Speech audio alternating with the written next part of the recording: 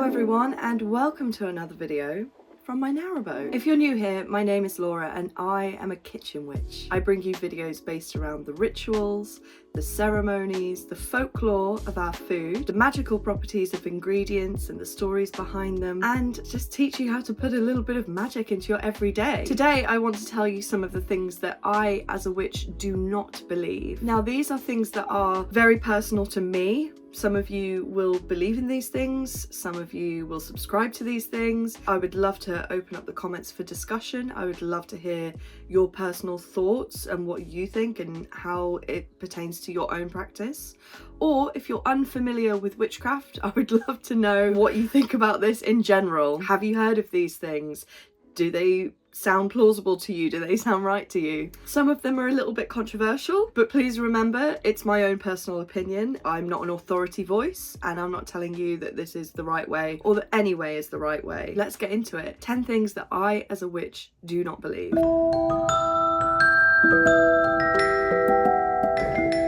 The first is something that many people, if they have even casually learned anything about witchcraft or particularly Wicca, they probably will have heard of. This has been referenced in TV shows, in movies. It is called the Threefold Law. Anything that you put out there into the universe, any energy that you put out there through a spell will come back on you times 3. And it acts as this cautionary mechanism. You put a spell on someone to start losing their hair, you'll go bald. It's that kind of idea. I don't personally believe in the Threefold Law. I think that feeds into this idea that there's such thing as a good witch or a bad witch, or white magic and black magic, which we will get onto. The Threefold Law is not actually some mystical ancient folk magic concept from antiquity.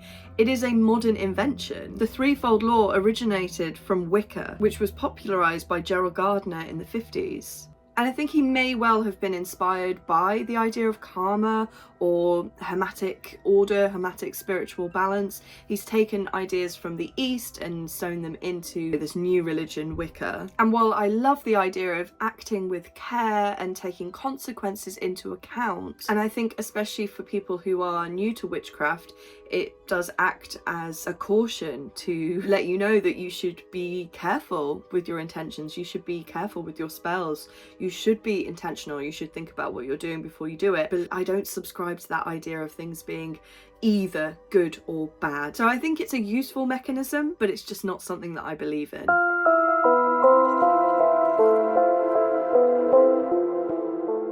The second thing that I don't believe in is probably going to get me in trouble, but not for the reasons that you think. It's not that it's particularly controversial or anything like that necessarily, but it's because it's in my book and so if my publisher is watching, I'm so sorry. This doesn't actually go against anything that I have said in the book necessarily. I just have a slightly different idea of it, and I think my thought process around it has slightly evolved since I wrote the book. The origins of my practice are Wiccan.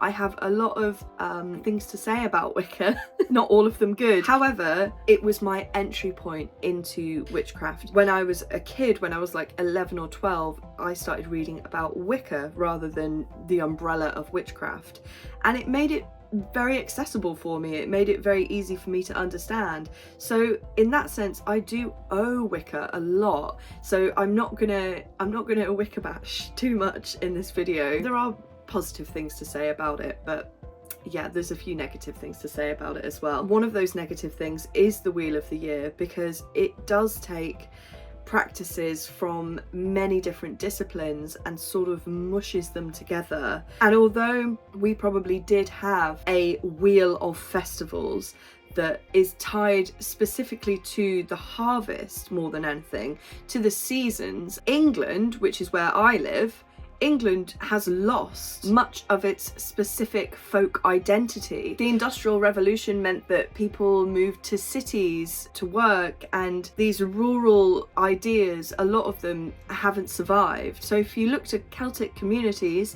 in Scotland, in Wales, in Cornwall, in Ireland, they seem to have been able to retain a lot of their practices and their folk knowledge, their folk stories and the festivals. And if you do these deep dives, you can find these little pockets of weird folk practices, and you can find evidence of how people were reveling for, you know, the harvest festival and the summer festivals. But Reformation came along and a lot of it was lost. And I'm happy that the more remote places like Cornwall, like Wales, like Scotland have been able to protect themselves somewhat and keep those traditions a bit more alive than what has been able to be kept alive in England. We do, to a certain extent, end up poaching things from those areas because we don't have our own. It was most of it was lost, and that's what sort of happened with the Wheel of the Year. When Wicca was invented, when it was evolved, they just sort of smushed a few things together and tried to recreate this wheel of harvest festivals, this wheel of seasonal celebrations, and some things unfortunately were taken from other places. I don't necessarily think that is always a negative thing as long as context is given. I still think that enjoying the Wheel of the Year, enjoying those ceremonies, taking a little bit of time to notice that seasonal change and be present with it and enjoy it, I think that's all positive things. I think the way that you celebrate is far more important than what you call it. However, if you are interested in witchcraft, then part of your practice should be research. That's a big part of it for me. It's all well and good to enjoy the spoils, and I do, but research and collecting knowledge and being curious about the origin of where these things come from is also important. If you're just celebrating the sort of surface aspect of it without any curiosity about where these things come from, I don't think you'll get as much from it. I don't think you'll get this deep sense of meaning without that context. Not that I don't believe in the Wheel of the Year. I don't believe that our practices should be so rigid. One thing that I really enjoy about the practice and that I really like to get out of the practice is that I can make it work for me. I can build a practice around my ideas, my interests, my curiosity, what feels right, my intuition. A big part of being a witch is your intuition. To me, anything that is specifically dogmatic really doesn't jibe with me, and I think that's why I also reject the threefold law. I just don't believe in any kind of rigid rules like that. So when it comes to the Wheel of the Year, I think it's really wonderful to celebrate these festivals, but I just don't think that you need to do it on a specific day. I don't think you need to get your calendar out and check where the moon is. I mean, obviously the autumn equinox is a specific moment in time when the light and the dark are completely balanced. But if you celebrate it on the 22nd of September instead of the 21st because, you know, you're busy or you're at work or something, I think that's fine. The general meaning of it will be the same, and the difference between the light and dark on one day versus the next is probably going to be like 10 minutes maybe. I don't really enjoy anything that's specifically dogmatic, and I think it's really intimidating for people who are like casually interested and they're constantly being told like, you've done this wrong, you've got this wrong.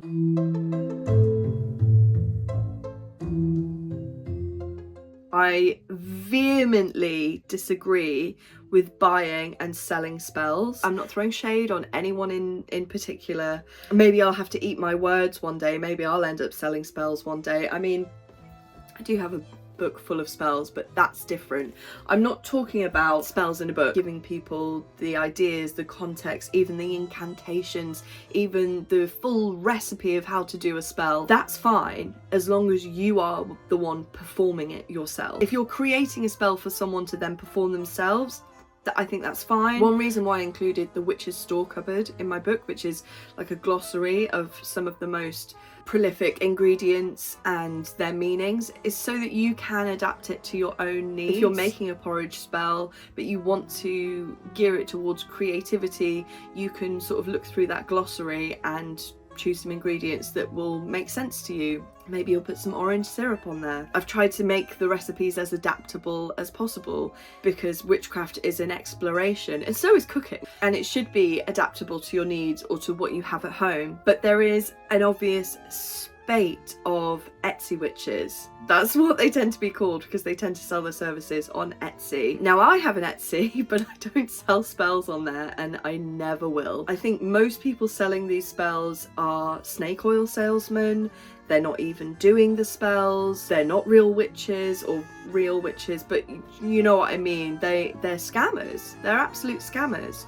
And there are people out there who are doing these spells who are not scammers, of course, and they really believe in what they're doing, and I'm sure sometimes it gets results. And although people should get paid for their work if they're creating things that help people, or if they're creating ways for people to engage with witchcraft in a practical sense, cutting out all of the positive things about the practice and just going straight to, I want to get rich, or I want my ex-boyfriend's bum to fall off, leaves out probably 90% of what witchcraft actually is and what you can attain from the practice on a personal level.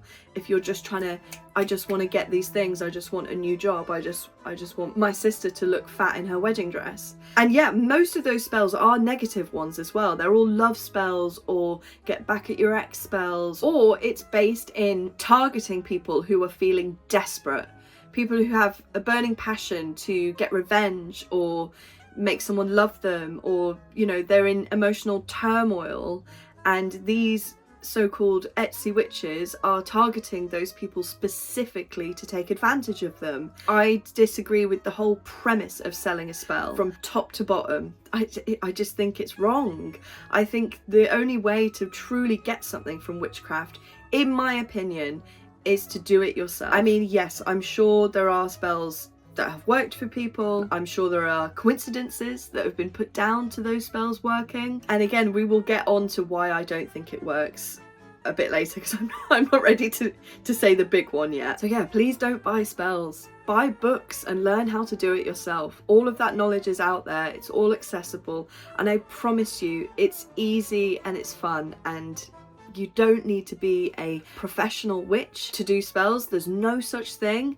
Any spell that someone else is doing for you will be 10 times more effective if you do it.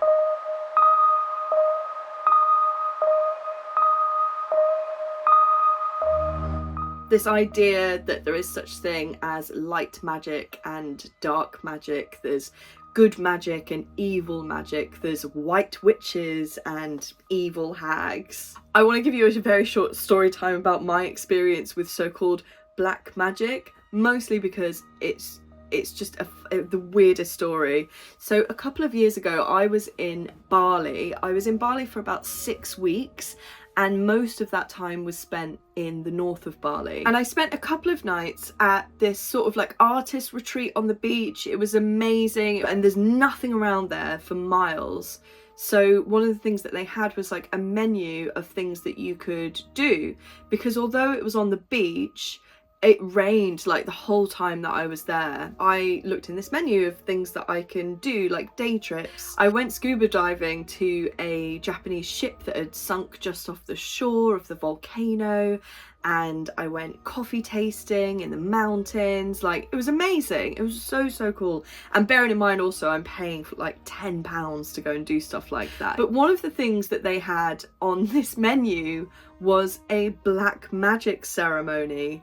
And I know it's a tourist trap. Like, I know that this isn't going to be some authentic Balinese magic experience. Well, then again, you never know. But I thought I'd do it anyway, because I thought it would be an interesting experience, whether it's real or not. At first, it was all very lovely. I mean, it was a bit weird because it was 3 men and none of them spoke English. So I was a bit put off because it was all men. Didn't love that. That felt a bit awkward. They took me to the stream and we washed my feet, and they were putting like water on my head and things, and I was like, oh, this is nice. It was all very interesting until they asked me to lie on the floor. They took a incense stick. This end of the incense stick, look, it's very sharp. Anyway, so this end was lit, obviously, and then they took this end and they took each one of my fingers and my toes and they dug it in as far as they possibly could. Like, look at that, pushing it into my bones like it was leaving deep marks on me, and I was writhing in pain. It was actually embarrassing how much I was writhing in pain, because if you've got an incense stick to hand, just push it into one of your pads really hard. You actually can't even do it that hard yourself because your body stops you from doing it, but you know, another person doesn't know how much it hurt, or maybe he does, maybe he's just enjoying hurting me. I was in so much agony. I was writhing around on the floor, and like it was genuinely embarrassing. But I didn't know what else to do, and I was saying stop, but they were just carrying on. They were like diagnosing my body, and they were saying that I have stomach problems, or like there's something going on with my stomach, which is true.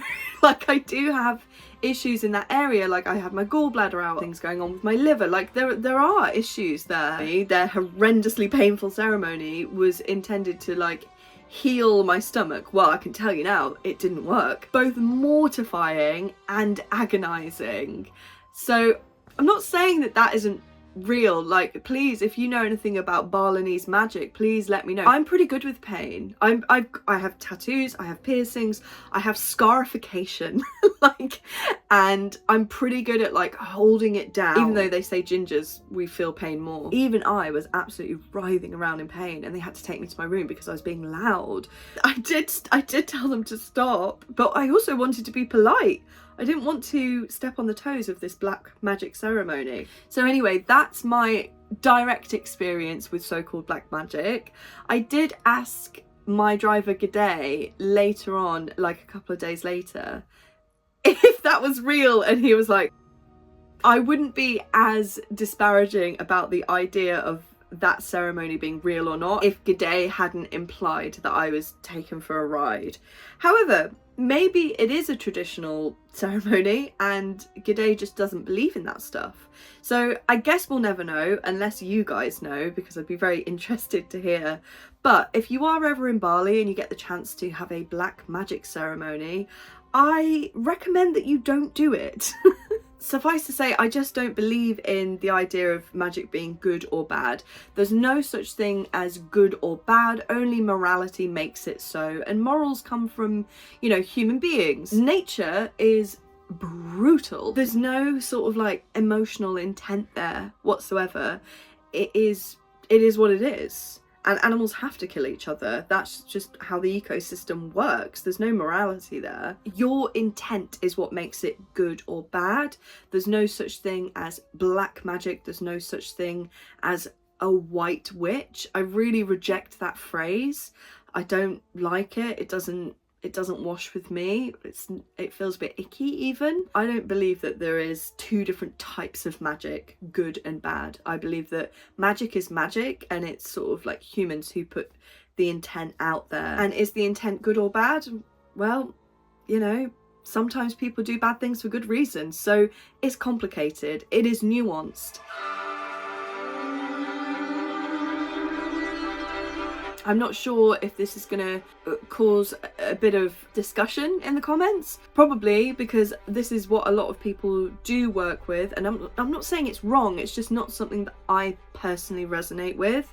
It's not something that I personally believe in. You know, as my practice evolves, I may change my mind. I'm subject to changing my mind on all of these things, by the way, because I haven't always felt like this way about all of these things, and I'm perfectly happy to change my mind. I don't tie my beliefs and ideas to my sense of self. I'm perfectly happy to be proven wrong about things. I think your practice should always be changing, always be evolving. I don't want to get stuck in ways that don't make sense to me in the future. I want to be flexible. So yeah, one thing that I don't currently work with, just doesn't work for me at all, is ancestral work. I hear people talk about ancestral work all the time, and especially in practices that have that really strong through line where they literally have been passed down from generation to generation to generation without any sort of break. And I can see why, you know, if you come from a family or a culture that has passed these things down directly,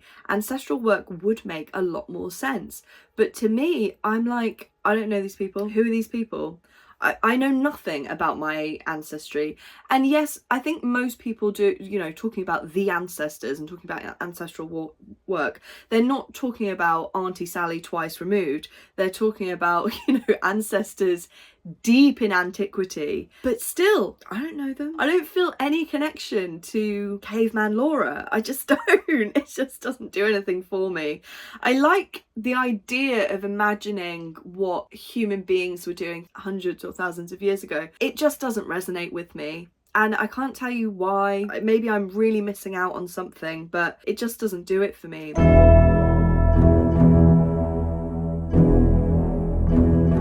I love the stories, and I love the idea of, like, you know, building an altar around the idea of Venus and tapping into that for glamour work and love magic. Love all that. But in terms of like actually believing in those things being real, I don't really do any deity work, if I'm honest. I'm open to exploring it for sure. I'm open to learning more. I mean, I love all of the Greek myths just as much as I love folklore. I find it all so interesting and also complicated. It's like a soap opera. I just forget who's who, who's shagging who, who's daughter of who, twice removed who. There's too many of them. It's like Game of Thrones. There's too many characters. I can't get involved. But I do love the stories when I do read them. I just can't ever remember them. I do see the benefits of deity work, and I do see people doing it on a level that isn't believing in the deities in the same way that some people might believe in God. And equally, there are pagans out there, there are witches and Wiccans who do believe in God, in like Christian God or a different type of God. They work with like angels, for example. Again, it's just not for me. It just doesn't do anything for me. I think my practice, I wouldn't say it's scientific because that would be a stretch, but I do try to come at it from a place of like grounded psychology almost. And I mean, it kind of takes the magic out of it a little bit when you do that, but I'm afraid I have to ground it in a little bit of logic. Don't get me wrong, I'm very, very woo-woo. I just have to think about it in a way that makes sense to me. My practice may well evolve. We will see.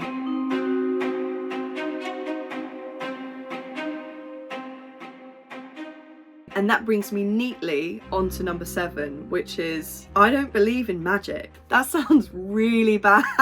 My book is called Kitchen Magic, and I'm sat here being like, I don't believe in magic. Everybody has a different idea of how magic works. I won't deny that it works because it's worked for me in ways that can't be coincidences, but they can be explained via my actions. They can be explained via small acts of intuition, small acts of changing my fate through changing my course somewhat, because I've tapped into something and I've made choices that I otherwise wouldn't have made, if that makes sense to you.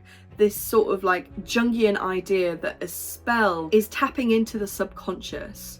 And I've mentioned this in a couple of videos recently. I've very recently been learning about chaos magic, and it's really resonated with me. I had no idea what chaos magic was before I actually went to a talk at Treadwell's about it, and I was like, wow, that's what I think. That's how I think it works. I think that spells and manifestation and meditation are ways of tapping into the subconscious and honing your intuition and making almost a pact with your subconscious, bringing an idea into the physical. I do think there's some like metaphysical worker action there for sure, but I'm also a realist. I know I'm a witch, but I'm also a bit of a realist. And so I don't really get caught up in the woo-woo of it all too much. So maybe I shouldn't say the phrase, I don't believe in magic. But I don't believe it works in the same way that a lot of people believe it works. It's another reason why I don't believe in the Etsy witches or people doing spells for you. I don't think it works. Threefold law, I don't think it works like that. I don't know how it works. And I'm not really looking to explain how it works. I think it's beneficial even when it doesn't work, if that makes sense. And this is the one that I'd really love to hear your ideas about, because I think for a lot of people who do magic, we don't necessarily always sit with ourselves and try and think about the hows or the whys. There's a lot of, well, it's just the universe. It's just, you know, I'm just manifesting with the universe, or I'm asking deities, or whatever it might be. And I don't work with ancestors, I don't work with deities, and I also don't subscribe to the idea of like the secret, like the manifestation, the universe kind of thing, because I don't think that you can just want something and it will appear. You can't just sit and want and want and want and want and want it and it will appear for you. I think it takes more steps than that. Some things are just completely outside of your control, and I think we need to accept that. I think witchcraft is a way of giving an illusion of control in dark times, and in that sense it can be very useful to the psyche, but you won't always get what you want. Some things are outside of your control, and I think we need to be honest with ourselves about that. And I think it takes more than just wishing for it. I mean, we all do magic in our daily lives. We're blowing out birthday candles, we're knocking on wood. These are little acts of magic, and people don't realise that they are little spells. So what I will say is that I don't believe in magic, but I do think it works. Does that make sense?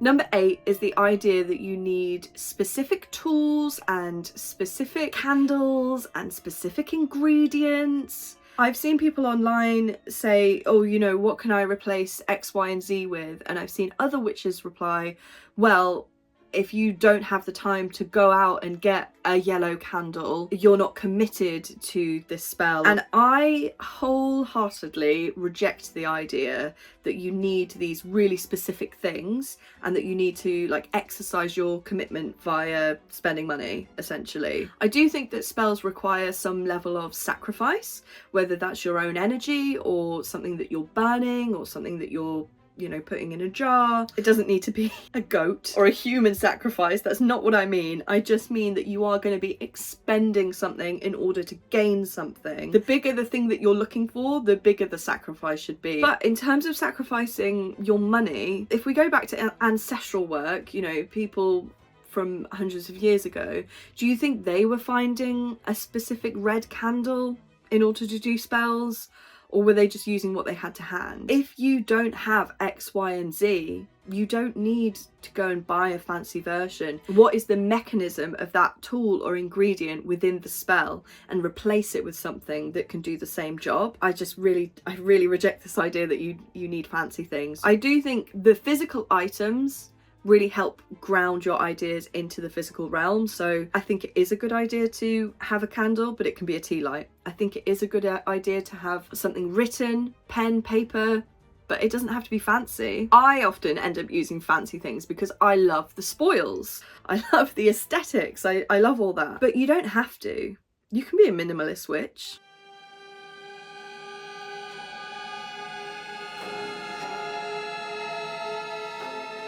The last two are based around the tarot, because many witches do tarot, and I have my own tarot deck. I've got it linked below. Number 9 is that tarot tells the future. I have a whole video about how I think that tarot works. Whenever I've got my tarot deck with me, people are like, oh, do me, like read my tarot.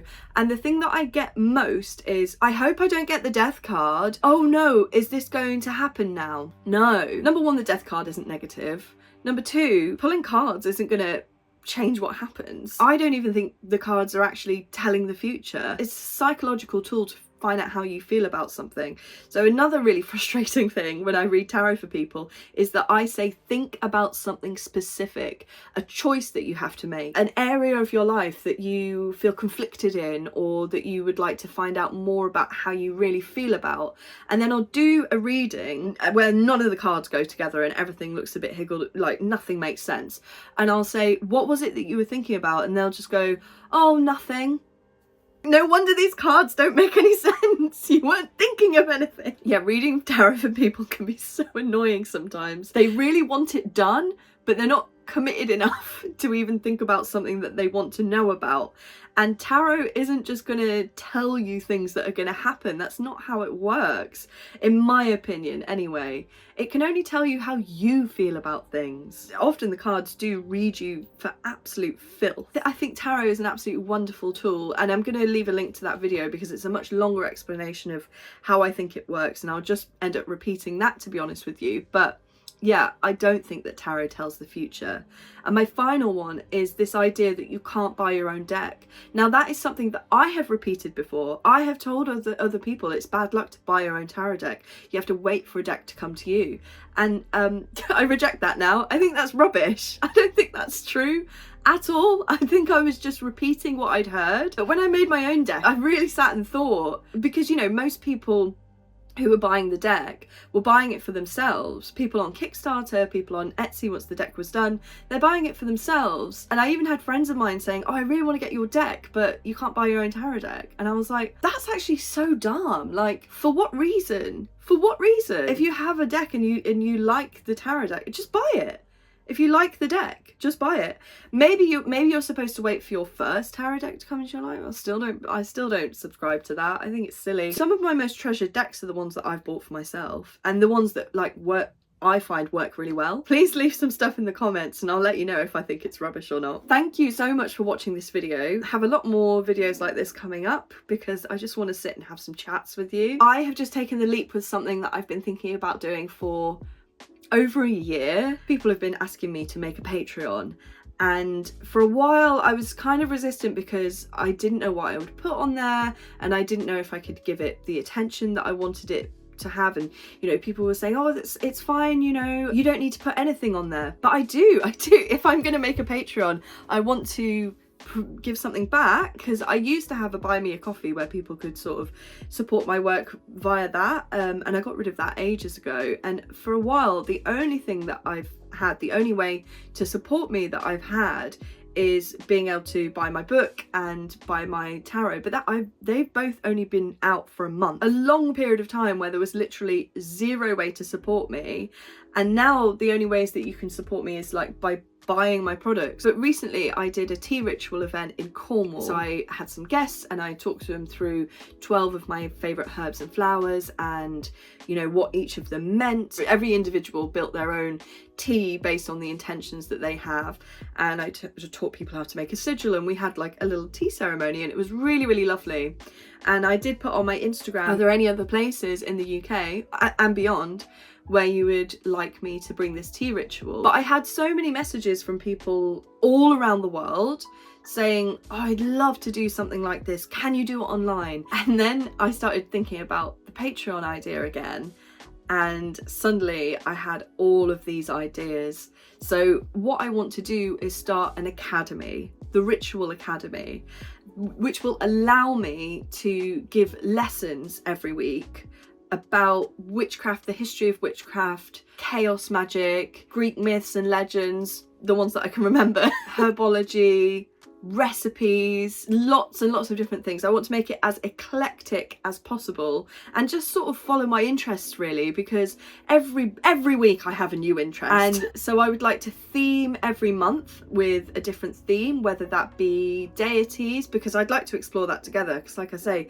it's not a big thing that I've put into my practice, so we'd be sort of exploring that together, whether that be specifics about spell work, whether that be specifics about herbs, about folklore. I'm going to keep it as wide as possible because it's an academy, so we will have different lessons every single week. There will be different tiers, so I think I'm going to have a coven tier which is free. So anyone can join the coven tier, and please do, because I will be posting the occasional lesson or the occasional episode unlocked, so you can get a little taste of what we're doing within the academy. I am going to have a tier called the Midnight Table, which is a podcast where I just sort of chat to you every week. So if you're interested in what I'm up to, if you're interested in hearing a bit more from my diary, or you want to ask some questions that I can answer at length, and the Midnight Table will just be a bit casual. It'll be a place where we just chat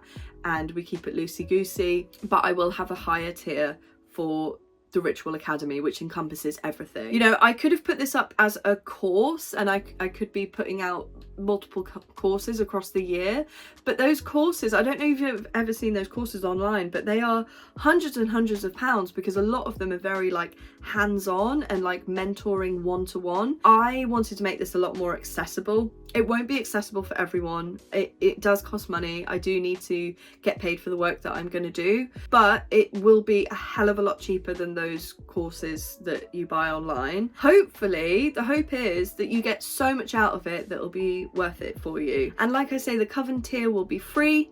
We'll be doing a witchy movie club on there, so there will still be things for you on the free tier. And if you can't do the full Ritual Academy, you can join the Midnight Table and get the sort of chatty cliff notes about what I'm up to.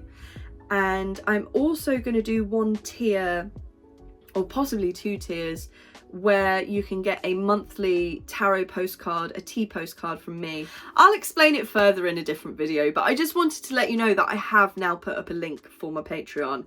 And although there's nothing on there right now, because we're going to have to build towards that, please, please, please join ASAP. I know I'm saying like please join while there's nothing there, but we are going to get things kicking off, you know, very, very soon. Like, I'm going to start posting regularly, and the people who are there from the beginning, the OGs, you are going to be the people who shape what it is and give me your input so that I can answer your queries or create lessons based on your needs and what you would like to see. So the sooner you join, the more likely it is that we can shape something around what you would like to experience. Also, if you are on the Ritual Academy tier, I'm going to be setting you some homework, and it's going to be an honour system. I don't need to see your work, but I'm going to be setting you some homework each week or every couple of weeks. And as you complete that work, every month you will have the opportunity to gain a certificate for passing that term.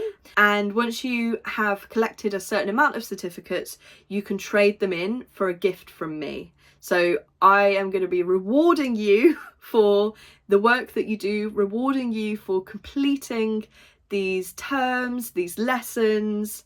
I want to give you, like, you know, a school experience, an academy experience where you can actually trade in your work and your learning for rewards. So the sooner you join, the sooner you will have the opportunity to get some free gifts, some rewards, and yeah, please join.